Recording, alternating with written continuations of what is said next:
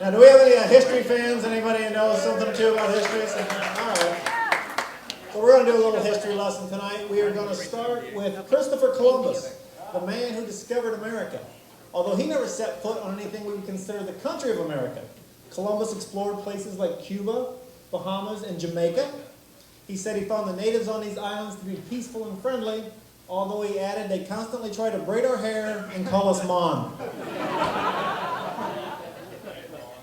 The first English settlement in the New World was Jamestown, Virginia. Legend has it that Captain John Smith was about to be killed by the Indians when who saved his life? Pocahontas, yeah. Chief's daughter. Kind of like not getting whacked by Tony Soprano because Meadow thinks you're hot. There we go. Now, 13 years later, the Pilgrims land on Plymouth Rock. That first winter was so rough, nearly half the Pilgrims died of disease. Can you imagine these poor people? They suffered loss after loss after loss, and yet they still had a better year than Michigan.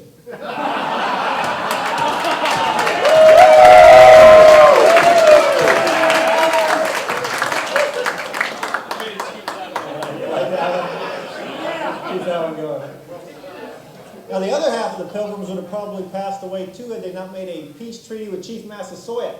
How long would you guess that peace treaty lasted? 30 minutes. 50 years.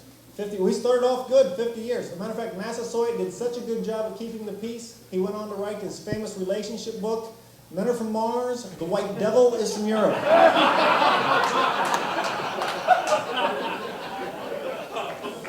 In 1692, we have the Salem witch trials, where innocent women had their reputations destroyed when they were accused of being evil witches hell-bent on stirring up trouble. Or as we call it today, just another episode of The View.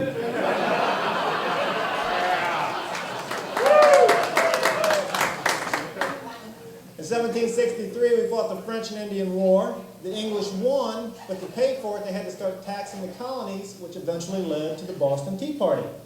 Now here's a little trivia. You guys know why they dressed up like Indians? Because dressing up like the cop or leather biker guy would have been way over the top.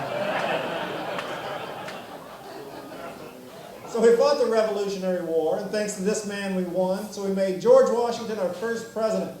He was paid $25,000 a year back then. That was a lot of money. That would be the equivalent of $1 million today. Our most recent presidents have only been paid $400,000. Proving once again, you get what you pay for. And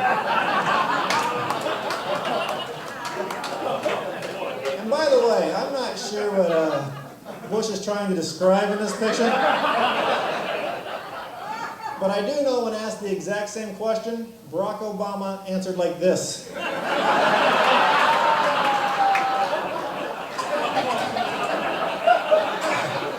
Which is impressive unless you're comparing to John McCain. Whoa!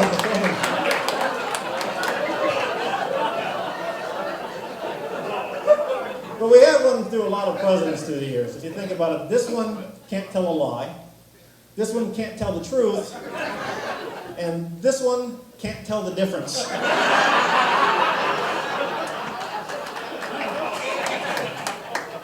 We've had a lot of vice presidents through the years too, but nobody really remembers them. Our first vice president, John Adams, said the vice presidency was the most insignificant office man ever conceived.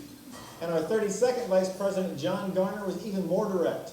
He said the vice presidency wasn't worth a pitcher of warm piss. Yeah. And then he was immediately sued by Old Milwaukee for copyright infringement.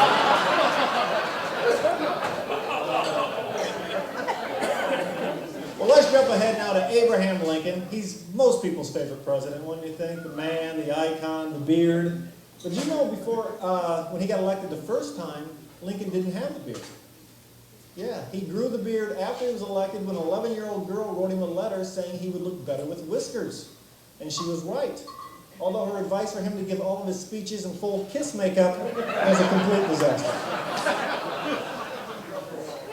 But this is what Lincoln looked like before the beard, and this is what he looked like after. And then just for fun, here's a picture of young Abe Lincoln when he played Kramer on Seinfeld.